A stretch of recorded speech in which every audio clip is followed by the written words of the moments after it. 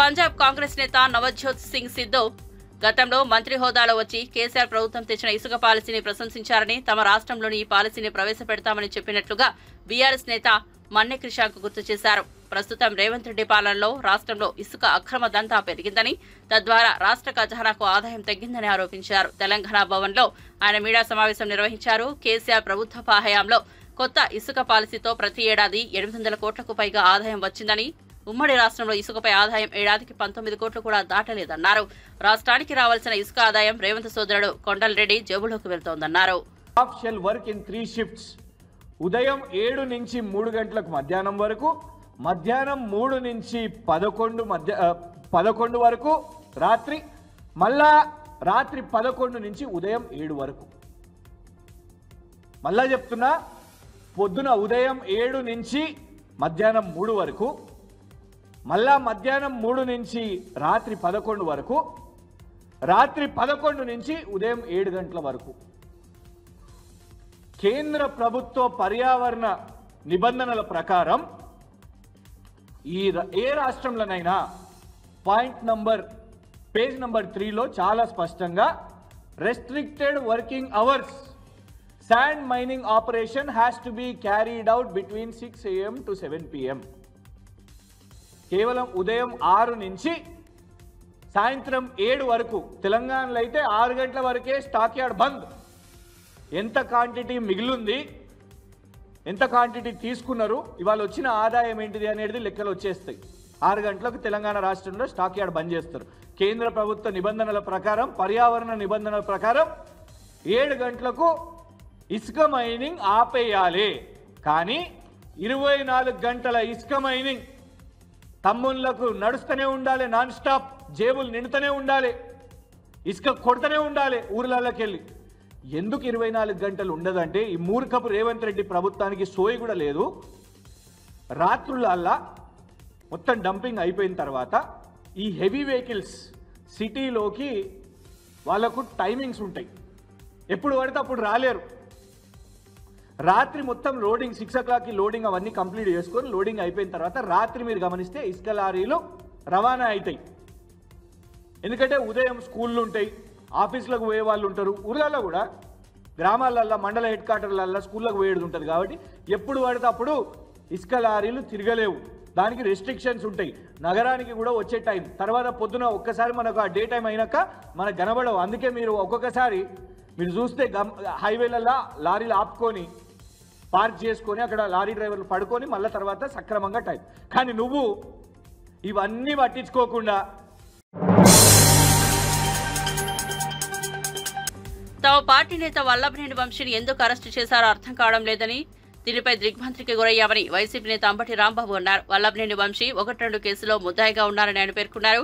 గతంలో గన్నవరం తెలుగుదేశం పార్టీ కార్యాలయంపై దాడి కేసులో కూడా ముద్దాయిగా ఉన్నారని తెలిపారు. ఆ కేసులో ఆయన కోర్టుకు వెళ్లి ముందస్తు బెయిల్ తెచ్చుకున్నారని తెలిపారు.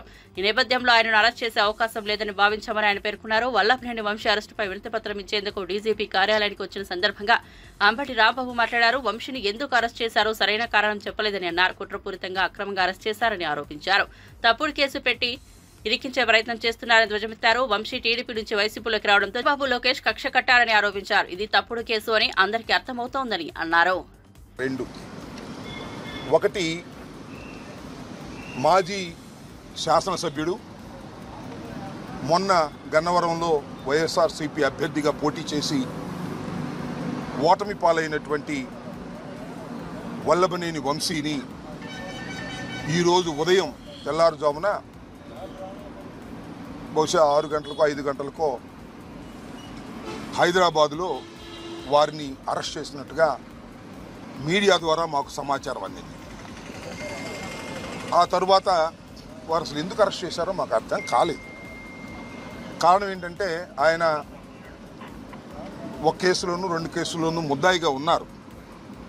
ముఖ్యంగా గన్నవరం తెలుగుదేశం పార్టీ ఆఫీసు మీద దాడి జరిగిన కేసులో వారు ముద్దాయిగా ఉండటం, దాని మీద ఆయన కోర్టుకు వెళ్ళడం, ఆయనకి యాంటిసిపేటరీ బెయిల్ ప్రొటెక్షన్ ఇవ్వటం కూడా జరిగింది. కాబట్టి ఆయన అరెస్ట్ చేసినటువంటి అవకాశం లేదనే అభిప్రాయం మాకుంది. కానీ ఉదయాన్నే అరెస్ట్ చేశారనే వార్త తెలియగానే ఎందుకు అరెస్ట్ చేశారో అర్థం కాక ఆశ్చర్యపోయాం, దిగ్భ్రాంతి చెందాం. దీనికన్నా ముందు 2 రోజుల క్రితం ఒక సంఘటన జరిగింది. అదేమిటంటే ఈ వల్లభనేని వంశీ గారి మీద, వైసీపీ కార్యకర్తల మీద, తెలుగుదేశం పార్టీ ఆఫీస్ మీద దాడి జరిగిందని ఏదైతే 2022లో కంప్లైంట్ ఇచ్చారో ఆ కంప్లైంట్ ఇచ్చినటువంటి వ్యక్తి సత్యవర్ధన్ అనే వ్యక్తి మొన్న హఠాత్తుగా కోర్టు వారి దగ్గరికి వెళ్ళి పబ్లిక్ కోర్టులో మ్యాజిస్ట్రేట్ ముందు ఆయన ప్రాసిక్యూషన్ చెప్పేదంతా అబద్ధమని, తానిచ్చిన కంప్లైంట్ అది కంప్లైంట్ రూపంలో ఇవ్వలేదని, కేవలం ఏదో సాక్షి సంతకం పెట్టమంటే నేను వెళ్ళాని, వెళితే వారేదో రాసుకుని సంతకం పెట్టారనే విషయాన్ని గౌరవ న్యాయస్థానం ముందు చెప్పారు. ఇక్కడ బయట చెప్పింది కాదు. చెప్పిన తర్వాత ఒక్కసారిగా తెలుగుదేశం పార్టీ ఆశ్చర్యపోయింది. అరే, మనం చేసినటువంటి తప్పు తెలుసుకున్నారు, మనం దొంగ కేసు పెట్టించామనే విషయం తెలుసు. సినీ నటుడు రాజ్ తరుణ్ ఆయన తల్లిదండ్రులకు మనస్ఫూర్తిగా క్షమాపణలు చెబుతున్నానని లావణ్య తెలిపారు. మస్తాన్ బాయ్ అతని తల్లిదండ్రులు ఉద్దేశపూర్వకంగానే తనపై అక్రమ కేసులు బనాయిస్తున్నారని ఆరోపించారు. హైదరాబాద్ లో మీడియా సమావేశం ఏర్పాటు చేసి మాట్లాడారు. రాజ్ తరుణ్ తనను ప్రేమించి మోసం చేశారంటూ లావణ్య గతంలో పోలీసులకు ఫిర్యాదు చేసిన విషయం తెలిసిందే. అప్పటి నుంచి ఈ వివాదంలో పలు కీలక మలుపులు చోటు చేసుకున్నాయి. వాడు అని కాదు, చెప్పుడు మాటలు విని అందులో మస్తాన్ గురించి అప్పటికి నిజాలు బయట పెట్టలేక సతమతం అవుతూ నలిగిపోయాను. నేను ఈ రోజున 2 సంవత్సరాల తర్వాత నేను మస్తాన్ సాయిది ఏంటి అని బయటికి చూపించి పెట్టగలిగాను. ఈ ప్రాసెస్లో నాకు సహాయం చేసిన మీడియా వాళ్ళందరికీ థ్యాంక్స్. అండ్ ఎవరైనా మనసు నొప్పించి ఉంటే క్షమించండి. ఇప్పటితో ఈ గొడవని, ఇష్యూస్ని అన్నీ వదిలేద్దాం అనుకుంటున్నాను. ఎటువంటి ఏదున్నా సరే మస్తాన్ సాయి పైన ఉన్నటువంటి కేసులు నేను లీగల్గా ఫైట్ చేసుకుంటాను, కోర్టులో చూసుకుంటానండి. దయచేసి ఇంకా ఎటువంటి యూట్యూబ్ ఛానల్స్లో కూడా నేను నా సెల్ఫ్ కన్ఫెస్ చేసుకున్న తర్వాత కూడా యూట్యూబ్ ఛానల్లో లావణ్య ఇలాంటిది, లావణ్య అలాంటిది అని ఆడియో కాల్స్ తీసుకొచ్చి బయట పెడుతున్నారు.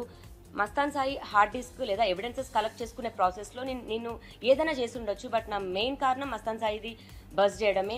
అతను వీడియోస్ ఎందుకు చేస్తున్నాడో, ఆ వీడియోస్ చేయగల ప్రధాన కారణం ఏంటి, అవి ఎక్కడ అప్లోడ్ అవుతున్నాయి, రెడ్ ప్లే యాప్ ఏంటి, రెడ్ ప్లే యాప్లో అతను ఇలా ప్రైవేట్గా తీసిన వీడియోస్ అన్ని అందులో ఎందుకు అప్లోడ్ చేస్తున్నాడు, మెయిన్ అది బయటికి రావాల్సింది పోయి మళ్ళీ తిరిగి ఇందులో లావణ్య చుట్టే తిరుగుతుంది.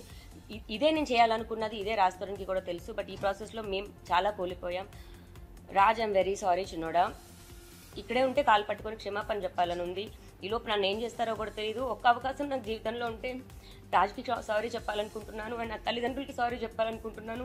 పడకూడని మాటలన్నీ పడ్డారు, నిందలు నాతో పాటుగా నా తల్లిదండ్రులన్నీ పడ్డారు. నేను వేరొక ఆలోచనతో లేదా డబ్బులు తీసుకోవాలన్న ఉద్దేశమో, ఎటువంటి చెడు ఉద్దేశంతో నేను ఈ పని చేయలేదు. ఆడపిల్లలకి ప్రతి ఒక్క అమ్మాయికి స్టాండ్ తీసుకున్నాను. వెనకున్న అమ్మాయిల గురించి నాకు తెలియదు. ఫ్యూచర్లో ఏ ఒక్క ఆడపిల్ల నాలాగా అవ్వకూడదు అనే ఒకే ఒక్క కారణంతో నేను స్టాండ్ తీసుకున్నాను. థ్యాంక్స్ అండి. Mastan Sai case 376 last year 2023లో అయిందండి. నేను రాజ్ తరుణ్ది ఈ ఇయర్ పెట్టుకున్నాను. కేవలం ఇంట్లో నుంచి అతను వెళ్ళిపోయాడని. ఇంట్లో నుంచి వెళ్ళిపోవడానికి ప్రధాన కారణం అంటే అతనికి మస్తాన్ సాయి వీడియోస్ ఇదంతా తెలిసినప్పటికీ డ్రగ్ కేసు అని ఒక్కటి రావడంతో రాజ్ తరుణ్ వెళ్ళిపోయాడు. సో ఆ ఒక్క కేసుది మాత్రమే నాకు నిజం ఏంటని తెలిసింది, అది రాజ్ తరుణ్ కాదు అని తెలిసింది. రాజ్ తరుణ్ పైన తీసుకుంటున్నాను. మస్తాన్ సాయి పైన పెట్టిన కేసు తర్వాతే మా జీవితాలన్నీ ఇన్ని అయ్యాయి, ఇన్ని తప్పుడు కేసులు వచ్చాయి. ఇవన్నీ నేను కోర్టులోనే చూసుకుంటాను. చివరిగా కోర్టు ఏ శిక్ష విధిస్తే అది ఆఖరికి నాతో అయినా సరే నేను రెడీగా ఉన్నాను. రాజ్ తరుణ్ మాల్విక్ మల్హోత్రాతో ఉండి నన్ను వదిలేశాడు, దూరం అవుతున్నాడు అన్న మాటలే నేను నమ్మాను అండి. ఎందుకంటే ప్రిజన్లో నేను ఉన్నప్పుడు బయట ఏం జరుగుతుందో నాకు తెలియదు. నేను బయటకు వచ్చేసరికి రాజ్ లేకపోవడంతో నాకు కొన్ని ఫోటోలు చూపించడంతో లైలా సినిమా ప్రీ రిలీజ్ వేడుకలో తాను చేసిన వ్యాఖ్యల పట్ల సినీ కమెడియన్ పృథ్వీ క్షమాపణలు చెప్పారు. ఈ సినిమా వేడుకలో తాను చేసిన వ్యాఖ్యల ద్వారా ఎవరి మనోభావాలైనా దెబ్బతిని ఉంటే క్షమించాలని కోరారు. ఈ మేరకు ఆయన ఓ వీడియో విడుదల చేశారు. తనకు ఎవరిపైనా కక్ష ద్వేషం లేదని స్పష్టం చేశారు. తన వల్ల సినిమాకు నష్టం వాటిల్లకూడదనే ఉద్దేశంతో క్షమాపణలు చెబుతున్నారని పేర్కొన్నారు. బాయ్కాట్ లైలా అని కాకుండా వెల్కమ్ లైలా అని ఆహ్వానించాలని విజ్ఞప్తి చేశారు. ఫలక్ నుమాదాస్ కంటే లైలా గొప్ప విజయం సాధించాలని ఆకాంక్షించారు. మాకు వెన్నతో పెట్టిన విద్య. సో వ్యక్తిగతంగా నాకు ఎవరి మీద ఎటువంటి ద్వేషం లేదు. రాజకీయాలంటే వేరేసారి వేరే వేదిక మీద మనం మాట్లాడుకుందాం. వ్యక్తిగతంగా సినిమాని కిల్ చేయకండి. సినిమాని మనం ప్రేమిద్దాం, సినిమాని గౌరవిద్దాం. ఎందుకంటే మనం భోజనం చేసేది సినిమా మీదే. మనకి ఎంత క్రేజ్ వచ్చిందంటే సినిమాయే. కాబట్టి నా వల్ల సినిమా ఇబ్బంది పడకూడదు అనే ఒక దృఢ సంకల్పంతో సో ఎవరిదైనా మనోభావాలు దెబ్బతిని ఉంటే entire I'm saying sorry for that. So ఇంతటితో దీనికి ముగింపు పలకండి. Don't boycott Laila. Welcome to Laila on 14th Valentine's Day. This is Prithviraj requesting all members and lovely team of Laila unit. So you are going to be rock this movie. Palaknama Dasam నుంచి ఒక పెద్ద hit అవుతుంది. కాబట్టి మీరందరూ హ్యాపీగా ఉండండి, ధైర్యంగా ఉండండి. So tomorrow is ours Vishwaksen day. రేపు February 14th ప్రేమికుల దినోత్సవం అద్భుతంగా జరుపుకోండి. సో ఇది నా వ్యక్తిగతంగా మా అన్నయ్య గారు అయినటువంటి వీరశంకర్ గారు మనం సినిమాకి ఇబ్బంది పెట్టొద్దు అని అంటే సో నేను ఈ వీడియో చేశాను. సో సినిమా మీద గౌరవం, కళామ తల్లి యొక్క ఆశీస్సులు ఎప్పుడూ అందరి మీద ఉండాలని మనస్ఫూర్తిగా కోరుకుంటూ ఇంతటితోటి ఈ వివాదానికి ఫుల్ స్టాప్ పెడతాం. వన్ మోర్ థింగ్ ఏంటంటే ఇప్పుడు సరే సినిమాకి ఇలాగా దెబ్బ తగులుతుంది. సో దానివల్ల నేను ఇలా చెప్పటం అనేది తప్పేం కాదు. సో అది వదిలేద్దాం. All the best for Laila team. And ఏ రోజు కూడా పేర్లు పెట్టి ఒక అతను నన్ను చాలా నీచంగా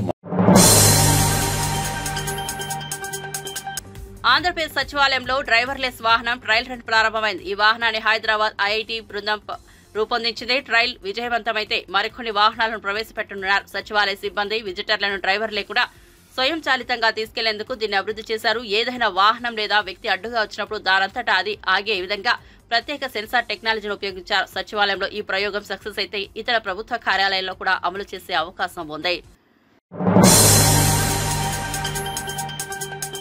తిరుమల శ్రీవారిని తండేల్ చిత్ర బృందం దర్శించుకుంది. నాగ చైతన్య, పల్లవి, అల్లు అరవింద్, చందు బొండేటి స్వామివారి సేవలో పాల్గొన్నారు. వీఐపీ ప్రారంభ విరామ సమయంలో వెంకటేశ్వర స్వామిని దర్శించుకుని మొక్కులు చెల్లించుకున్నారు. ముందుగా ఆలయ సిబ్బంది వారికి స్వాగతంతో పలికి దర్శన ఏర్పాట్లు చేశారు. అనంతరం రంగనాయకుల మండపంలో వేద పండితులు ఆశీర్వదించి స్వామివారి చిత్రపటం, తీర్థ ప్రసాదాలు అందజేశారు. వారిని చూసేందుకు అభిమానులు పెద్ద ఎత్తున తరలివచ్చారు. వారితో ఫోటోలు దిగేందుకు పోటీపడ్డారు. దీంతో ఆలయ ప్రాంగణం వద్ద సందడి నెలకొంది.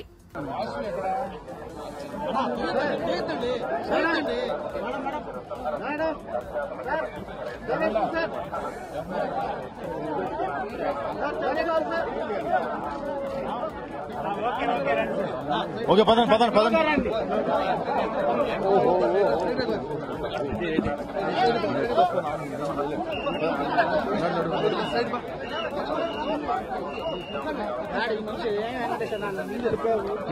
వెనకన్నా వస్తే వెనక్కి రారా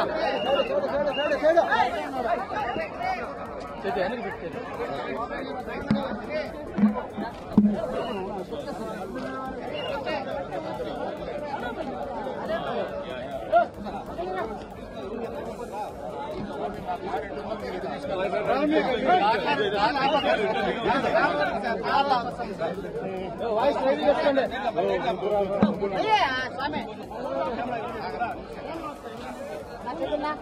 శివ శివ తీసుకోవచ్చు బండి రెడీ చేసుకో కానీ వస్తున్నాం.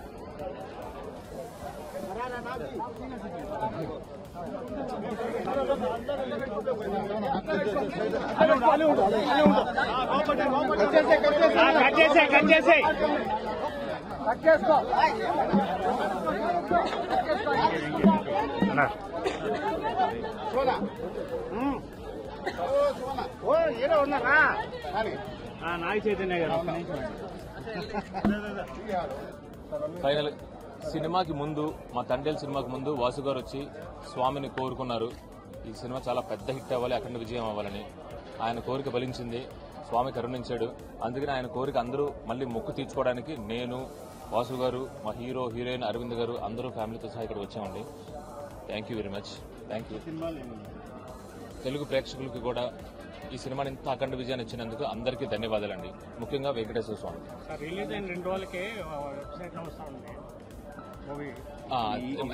ఈ సన్నిధానంలో అది మాట్లాడడం కరెక్ట్ కాదండి.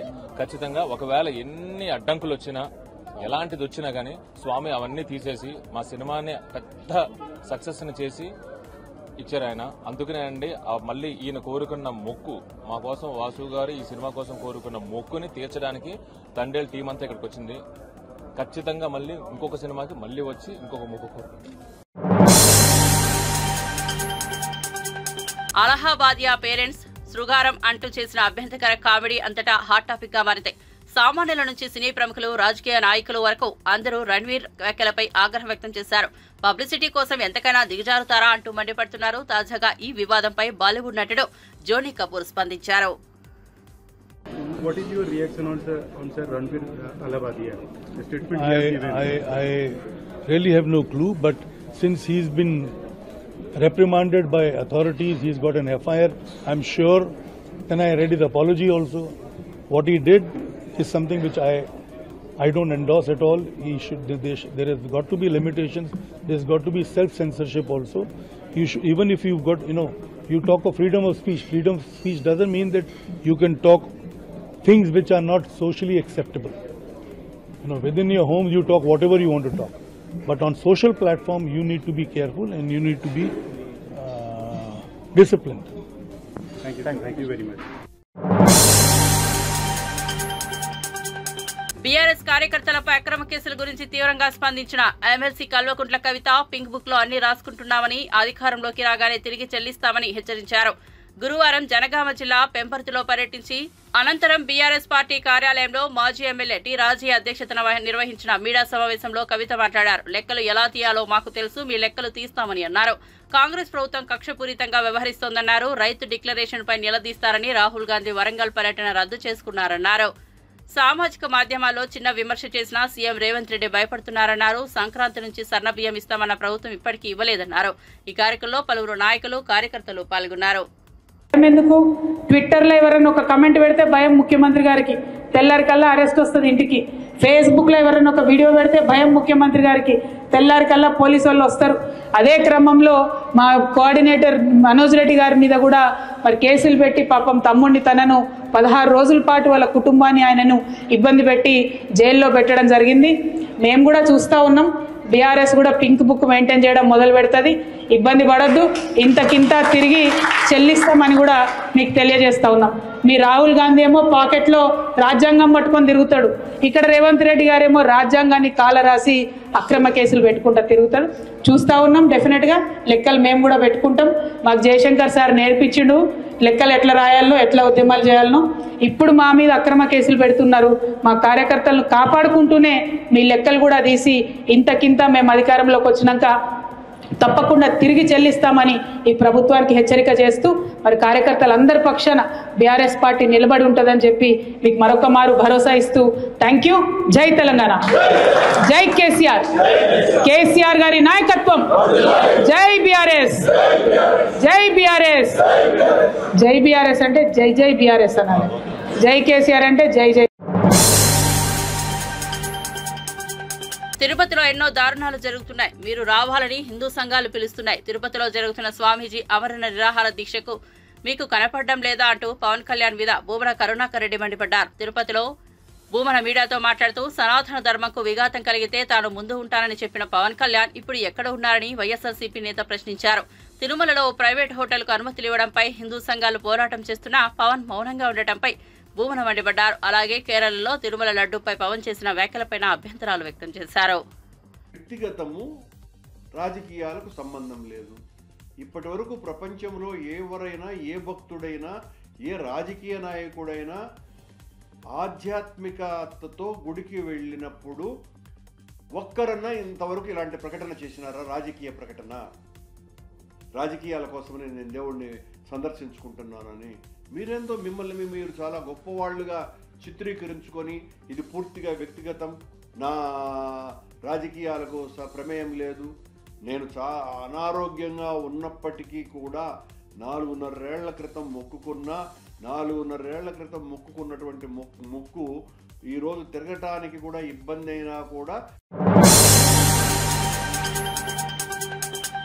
తల్లిపాలు తాగి రొమ్ముగుద్దిన క్రూరముఖం వల్లభనేని వంశీ అని తెలుగుదేశం పొలిట్ బ్యూరో సభ్యుడు సోమిరెడ్డి చంద్రమోహన్ రెడ్డి ధ్వజమెత్తారు. ఇలాంటి వ్యక్తిని 9 నెలలుగా ఎందుకు వదిలేశారో అర్థం కావడం లేదని ఆవేదన వ్యక్తం చేశారు. వంశీ మాట్లాడిన భాష, చేసిన నేరాలు, అక్రమాలు, దౌర్జన్యాలపై ప్రత్యేక దర్యాప్తు బృందంతో దర్యాప్తు చేయించి శాశ్వతంగా కటకటాల్లోకి నెట్టాలని సోమిరెడ్డి డిమాండ్ చేశారు. గతంలో అధికార మండతో వంశీ తనపై దాడికి పన్నిన పన్నాగంపై కేసు పెట్టినా పోలీసులు తీసుకోలేదన్న నాదెండ్ల బ్రహ్మం ఇప్పుడు ఆ కేసులోనూ దర్యాప్తు ప్రారంభించాలని పోలీసుల్ని కోరారు. ఎందుకు సహించారు అది మేము జీర్ణించుకోలేకపోయినాం. ఈరోజు అరెస్ట్ చేస్తే కూడా అక్కడ నాటకాలు ఆడాడు. అక్కడ డ్రెస్ చేసుకొని వస్తానని చెప్పి అందరికీ రచ్చికొట్టి ఫోన్లు చేసి ఆపేదానికి ప్రయత్నం చేశాడు. నేనేమంటానంటే, నువ్వు గన్నవరం పార్టీ కార్యాలయం మీద చేసిన దాడి ఎప్పుడన్నా చూసామా? కార్లు తగలబెట్టించావు, మొత్తం ఫర్నిచర్ ధ్వంసం చేశావు, మనుషుల్ని చంపపోయినావు. ఆ కేసులో ఈరోజు కంప్లైనెంట్ అక్కడ వాచ్మెన్, ఒక అటెండర్, అతన్ని భయపెట్టి దుర్మార్గంగా విత్డ్రా చేయించేదానికి ప్రయత్నం చేశావు. ఈరోజు ఏమైంది? నీ బతుకు బయటపడింది, బట్టబయలైంది. మీకు గుర్తుందో లేదో, గాలి జనార్దన్ రెడ్డి కేసులో ఒక జడ్జి వాళ్ళతో చేతులు కలిపాడని జడ్జి సస్పెండ్ అయినాడు. జడ్జి ఆత్మహత్య చేసుకున్నాడు. ఈరోజు ఆ పని చేశావు. ఒక పేదవాడిని భయపెట్టి, ప్రాణాలు తీస్తానని భయపెట్టి తీసుకోపోయి కేసు విత్డ్రాయల్ అన్నావు. ఏమైపోయింది ఈరోజు? నేనేమంటానంటే, ఒకటి కాదు నువ్వు చేసిన పని, నువ్వు చేసిన పని. ఏం మాట్లాడుండవు భాష? ఒకటైతే నేను మళ్ళీ రిపీట్ చేయలేను. అధికారంలో లేనప్పుడు చంద్రబాబు ఏం పీకుతాడు?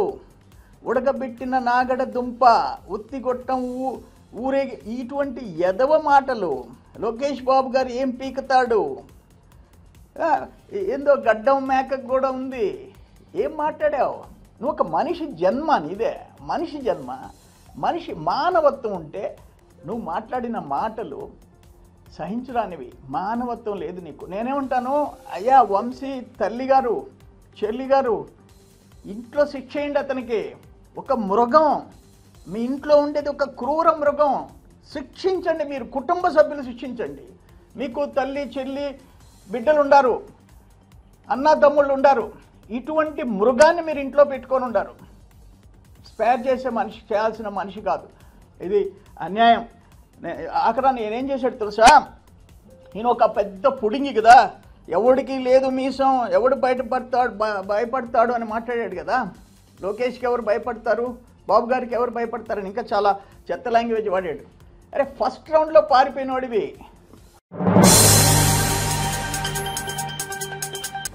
ధన, మాన, ప్రాణాలను రక్షించాల్సిన వారే చీడపురుగుల్లా తయారయ్యారని, నాయకుడు మంచోడైతే సమాజానికి మంచి జరుగుతుందని గన్నవరం ఎమ్మెల్యే యార్లగడ్డ వెంకట్రావు అన్నారు. తెలుగుదేశం పార్టీ కేంద్ర కార్యాలయంలో జరిగిన మీడియా సమావేశంలో ఆయన మాట్లాడుతూ, పెద్ద పెద్ద మహానుభావులు పుట్టిన నేలపై వల్లభనేని వంశీ పుట్టి ఈ నేలను అపవిత్రం చేశారన్నారు. గత 10 సంవత్సరాల నుంచి గన్నవరంలో మట్టిని అక్రమంగా తరలించారని దుయ్యబట్టారు. చెప్పి తనకు వ్యక్తిగతంగా అతని మీద ఉన్నట్టుగా నన్ను పెనలూరు నియోజకవర్గం అయితే నాకు ఆ సీట్ ఇస్తానని గన్నవరంలో నన్ను బతిమలాడిన పోటీకి చేపించిన పరిస్థితి వాస్తవం కాదా? ఆ తర్వాత పరిణామాల్లో చంద్రబాబు గారి హోదా పోగొడతాకు తీసుకోవాల్సి వస్తుందని రాజీ పడమంటే నేను రాజీ పడనని చెప్పాను. నా క్యారెక్టర్ ముఖ్యమని చెప్పాను. జగన్మోహన్ రెడ్డి గారు ఇట్లాంటివి ప్రోత్సహించడం వల్ల, అలాగే ఆఖరికి దుట్టా రామచంద్ర గారు 2014లో వైసీపీ అభ్యర్థిగా పోటీ చేస్తే, నేను 2019లో వైసీపీ అభ్యర్థిగా పోటీ చేస్తే, మా ఇద్దరిని తోలనాడితే డాక్టర్ రామచంద్ర గారికి కానీ నాకు కానీ తెలుగు భాషలో బూతులు ఉంటాయనేది అందరికీ తెలుసు. కానీ మేమిద్దరం ఎప్పుడు భాష వాళ్ళం. మా ఇద్దరి మీద ఎవరైతే డాక్టర్ దుట్టా రామచంద్ర గారు కానీ జగన్మోహన్ రెడ్డి గారు కానీ, జగన్మోహన్ రెడ్డి గారు కాదు, నేను కానీ పోటీ చేసినప్పుడు మా మీద ఇతను పార్టీ మారి ఈ దందాలు చేయడానికి, నకిలీ ఏర్పాటాలు కేసులు, అలాగే మట్టి దాని మీద ఎంక్వైరీ చేస్తాను. జగన్మోహన్ రెడ్డి ఆ రోజు బ్రహ్మలింగయ్య చెరువు సాక్షిగా ముఖ్యమంత్రి గారు కోతవేడు దూరంలో ఇక్కడ అప్పుడు చంద్రబాబు గారికి సవాల్ చేసిన మాట వాస్తవం కదా. మీ ఇంటి దగ్గరలో ఇంత మట్టి దోపిడీ జరుగుతుంటే మీరేం చేశారని అడిగిన మనిషి తర్వాత ఎంక్వైరీ చేయకుండా అతను పార్టీలో తీసుకున్న పరిస్థితి. డాక్టర్ దుట్టా గారి మీద అనుచిత వ్యాఖ్యలు చేసినా, నా మీద చేసినా, గన్నవరంలో 4,000 మంది వైసీపీ కార్యకర్తల మీద కేసులు పెట్టించినా అన్నీ గాలి కుదిరి జగన్మోహన్ రెడ్డి తీసుకుని ఆ పాపం ఊరికే పోతుందని అడుగుతున్నా. నువ్వు ఏ విచారణ చేయని పరిస్థితి.